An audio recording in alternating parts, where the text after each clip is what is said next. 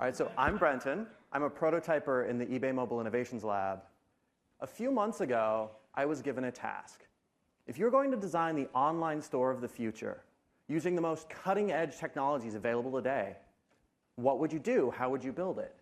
Now, as Tom just mentioned, rethinking best practices. I was given an opportunity to do something that I don't think people in our community do enough of. And I don't think enough people in this room are given time to do. And that's to rethink the entire workflow. I'm here to show you what I've learned. Like many of you, at eBay we target mobile, which means we need to think about small screens. We need to design for rich touch interactions. You can't do those things in a simulator, so we use real hardware. Now, the smallest of those small screens that we need to think about is the iPhone 5. And the really cool thing about the iPhone 5 is that you can fit 3 of them on a standard tablet. So here's a demo I've put together showing 3 screens from the wonderful bike index. Do you switch? Do I switch? I'll switch.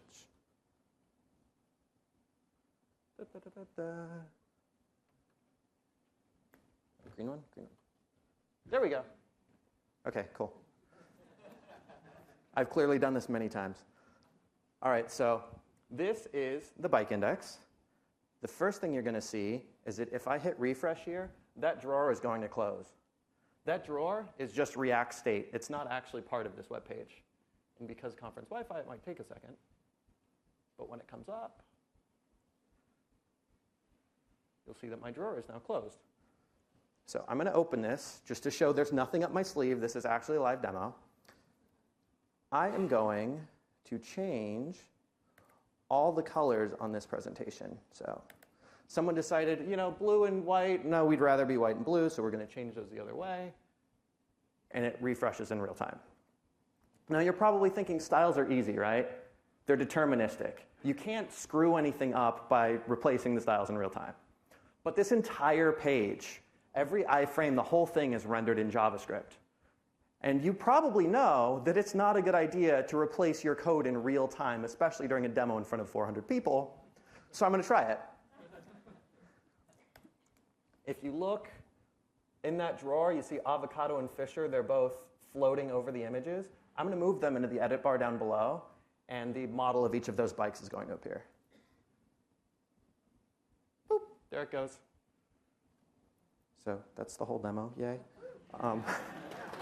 It's on an iPad. I just want to point that out real quick. This is actual separate hardware. I'm not demoing this running from my laptop. So this is how I work every single day in the lab. Whatever screen I'm working on, I have all the variations of it open on a tablet on my desk. It's like having a second monitor, except I can touch it, and it's Retina, and it's way better than a second monitor. So from here, I just sculpt my app using JSX and Sass, and I see my changes in real time. It's Brett Victor's famous feedback loop, and I use it every day with tools that already exist. So let's see how it works. Oh, shit, I'm still on the same. There we go. All right, now let's see how it works. I'm going to do this real quick, turn that off, get ready for demo number 2. OK. So dependency management in JavaScript has historically been terrible. Other languages have import statements, right? Those are awesome. JavaScript has script tags. And you're probably thinking, no one writes shit like that anymore. This is the actual grunt file from Twitter Bootstrap. It's basically script soup, but it's in JSON instead of HTML. Many of you know there's a better way, and they're modules. Modules standardize dependency injection in JavaScript. They're really simple. You see on the left here, I'm declaring a variable called silhouette, and I'm setting it to a class. And then module.exports down at the bottom tells the file, if anyone imports me, that class that was assigned to silhouette is the thing they're asking for. Then on the right, I say silhouette equals require silhouette.jsx, which says take that module thing I exported on the left and literally put it in line, and then run the JavaScript as normal. So whatever's at the bottom of silhouette.jsx gets exported. It gets imported in the other place, and then you write JavaScript as you'd already expect. That's all you need to know about modules. They've been popularized by Node.js. Sadly, they're not in all of the other JavaScript engines yet, but you can use them today with a tool called Webpack. Webpack is really cool because it can take a file and resolve all of its require statements and put them exactly where they need. It does it recursively. So if you say require React, it'll look up all 161 modules that React depends on and put them exactly where they need to be. All of your modules go through Webpack, so you get some really cool things for free. You can use transpilers like JSX and Sass without the mental overhead of having to interrupt your flow with the build step. And it handles all the things your build tools would otherwise be responsible for, like concatenating or minifying or transpilation. So you don't have to fiddle with source maps or fuck with Chrome workspaces, and you never have to touch a grunt file again. Yay! So the coolest part of my demo earlier was live editing, and I'd like to show you how that works. It's the best feature in DevTools, but ours is even better because it works with any editor. So the key bindings and color coding that you spent so much time perfecting so you can be efficient in your day-to-day work works when you're editing pages too, exactly as you expect it to. It works in any browser, so you don't need to relearn how to edit the DOM with 4 different sets of tools on different platforms. It works with any transpiler you like, and you can see how your changes affect the whole system. You're not stuck editing one item in a list and hoping the others work just as well. More importantly, to save, you just hit save. You don't have to remember which changes to transcribe. You don't have to screw with workspaces and source maps. It just works. So let's see how. As you all know, React is idempotent, which means I can hit render all day long, and as long as my inputs don't change, my output won't either. If I wanted to, say, make that a different bicycle, I just give it some different props. It's a different model, and it'll respond accordingly. Oh, hit render again. Same thing. New props, new result. So what if, like in the demo earlier, I want to add a second line of text to that? I could replace that component on the left with a component that has 2 lines of text and use the same model and, again, get a different result. Different component, different component, different result. A really clever fellow called Dan Abramov figured this out, and he created the React hot loader. It's an extension for Webpack that swaps in updated React components as soon as you hit save. So all you need to do to bring all that live editing goodness that I showed you earlier to your own workflow is to embrace React's hot module replacement using React hot loader. And if you're using Browserify, this is a really good reason to switch. So live editing is wonderful, but it works even better on real hardware, as I showed you earlier. To test on real hardware, your hardware needs to know where your server lives. This is easy usually. If you're on a computer on Android, you can just sudo edit a host file, and it'll all work as expected. But on iOS, it's a little trickier. The first thing you need to do is open your Wi-Fi settings and set up your laptop as a proxy. You can see I put my IP address down there on the bottom. And then you open this tool called Charles, and you use its DNS spoofing feature to say that any requests for .local, .private, .internal, .whatever domain you want to use should all be redirected to my laptop. So then the iPad knows if I'm asking for something .local, go ask his laptop for it. Then you just navigate to the appropriate URL and edit to your heart's content from your computer. So let's step back a second and think about what web development was like 10 years ago. Eternity in web development, but let's pretend. So URL routing and form validation happened on the server. If you asked someone 10 years ago about client-side URL crazing, they would think you were fucking crazy. But we have the history API now, so a lot of people are doing this. They're having to write their server-side URL routing to handle search engines and first-time requests, and then write it again in JavaScript to make their page feel performant, and that's silly. So let's separate those concerns by asking ourselves 2 simple questions. What's the role of the server? To provide data. Yeah, but to provide data to what? I assert that it's to provide data to your application, which means the role of the client is to present that data in an interactive way. This is something that Flash and mobile developers have known from the beginning. It's called service-oriented architecture, and if you really like horrible clip art, Google for that. But it's really simple. Your app is just UI. It reads and writes all its data from the API. The API is completely independent. It can be written in any language you like. Smoke signals is a fun one. And then every app, whether it's in browser or native, hits the exact same API.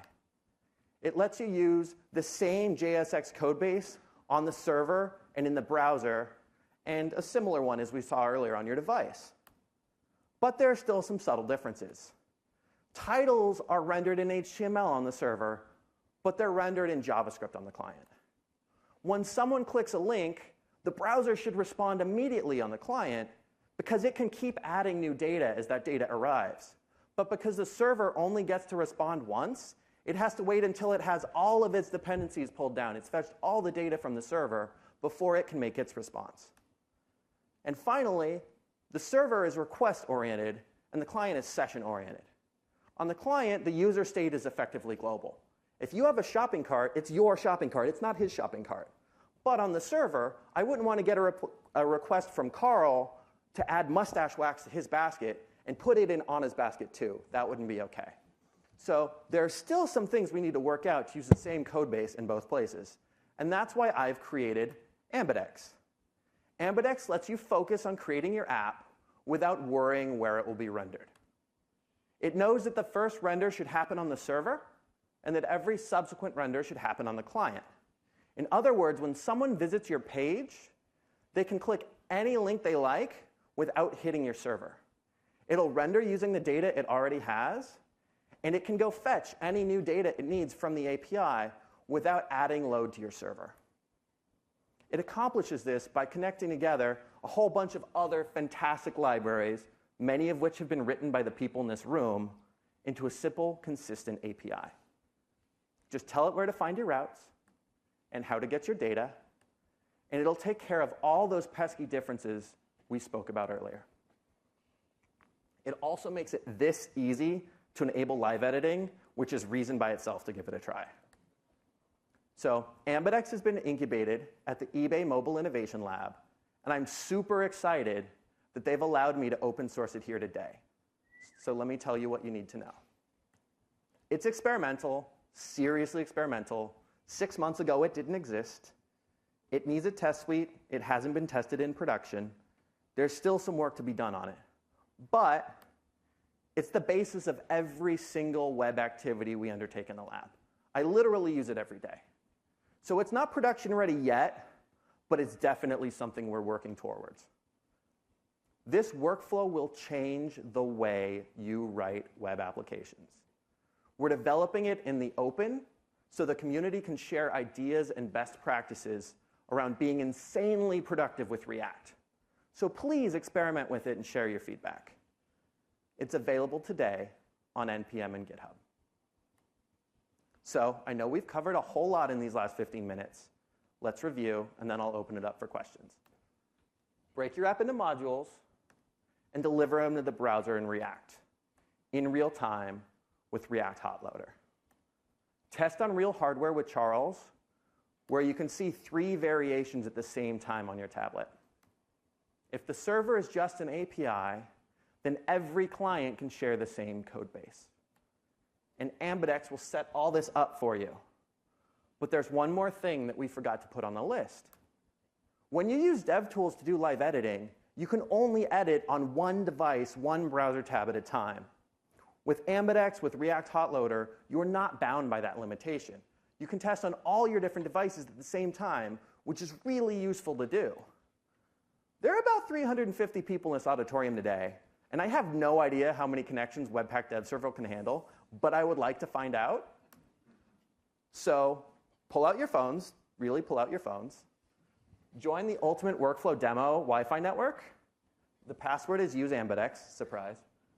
And then when you're done, navigate to that URL. Just to make sure it works, I'm going to do it on mine.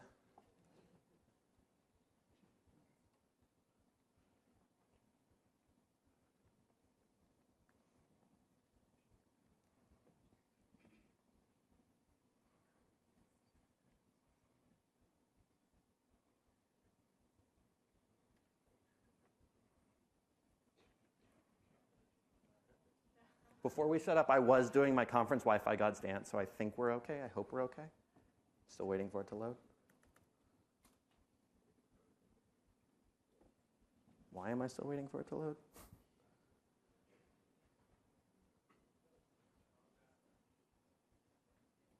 Trying this one more time. Kill that, start it again.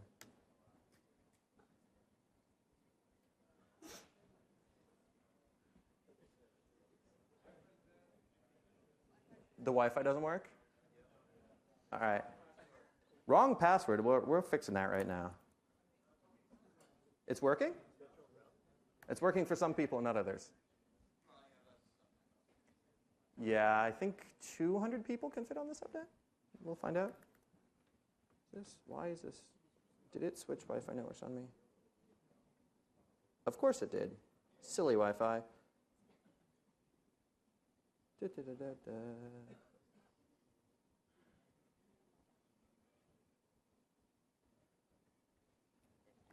Testing Wi-Fi. Use ambidex. Join. All right. Now this one's on the right network, which means that the page should come up.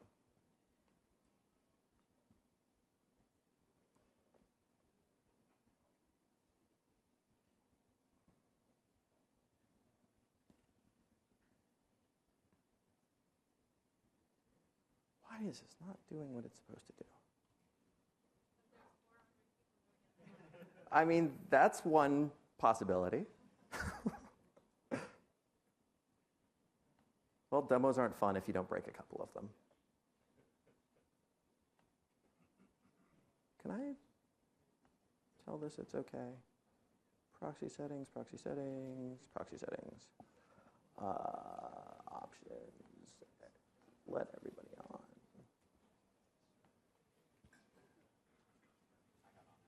All right, you got on it? It's not working. All right. We tried. What's up? No, it's a different one. Oh. Oh, okay, cool. Did anyone connect? Did anyone see a page? All right. Well, that's the fun of live demos. I'm happy to take any questions that don't relate to how broken the demo is.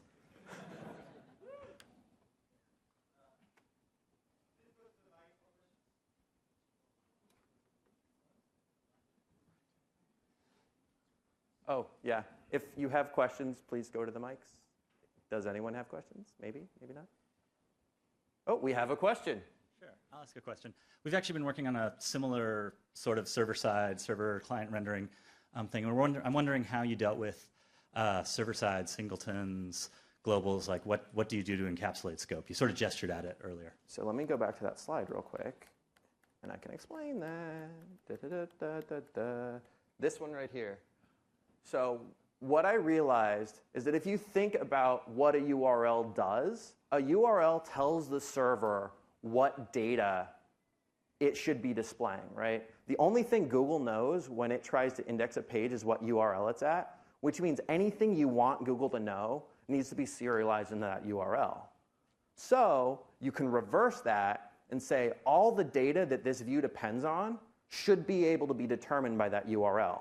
In this example here, bike ID is the only thing that I care about when I decide which bike to show you in the demo. And so ambidex knows if I see a bike ID in the URL, I need to call the view bike action to populate the current bike store.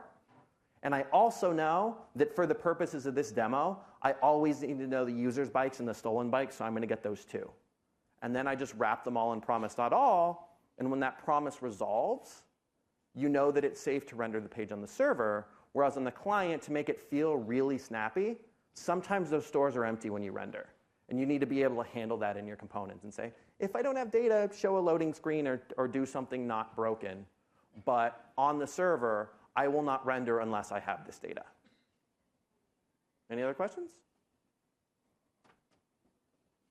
Yay.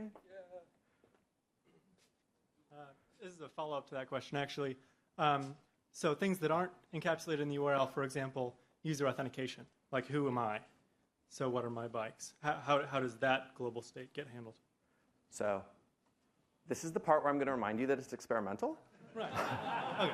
That's something that I absolutely think can be solved in the same way. It's not implemented in ambidex right now, but the things that you need to render on the data are the intersection of your session and what's in the URL. Right. And so you can say in the same thing, like, I depend on the user being logged in, and then go get that data.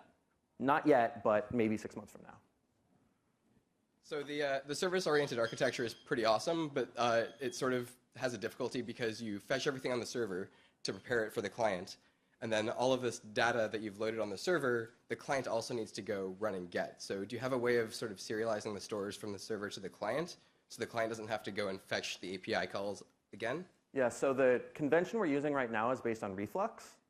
And I've been storing all of my store data in a Reflux store state, which means that when it renders, it looks at the state of all of those stores, it serializes them to JSON, and then it tells the client, when you come back online, this is all the stuff you already know. So it makes your response from the server a little bit bigger because you're sending them the data as HTML and as JSON, but it means that they don't have to fetch it again. Yeah. And it's also smart enough to know that if you have HTML coming down the pipe, that's probably what you tried to render, so don't bother like rerunning all the stores again. Just use them as they are. Cool, yeah, good answer. Thanks. All right. A couple more minutes if anyone has questions, and if not, I'll let you get your break. Cool. All right, thanks, guys. Let's give it up.